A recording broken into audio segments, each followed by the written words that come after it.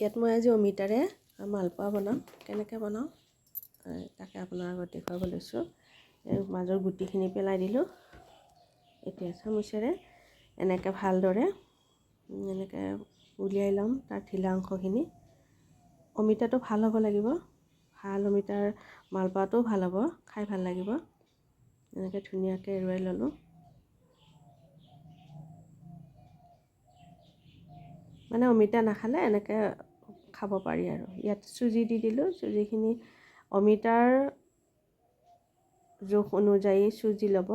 ইয়াত মই চুজি দি দিলোঁ, কালজিৰা দি দিলোঁ, চেনিও দি দিম জোখমতে। এইখিনি জোখমতে মিলাই ল'ব।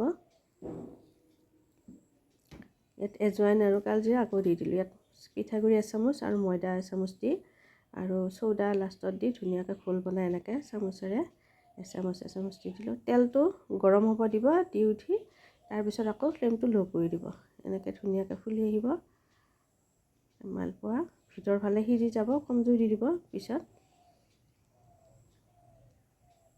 খাই ভাল লাগে, এবাৰ বনাই খাই চাব। হৈ গ'ল আমাৰ অমিতাৰ মালপোৱা।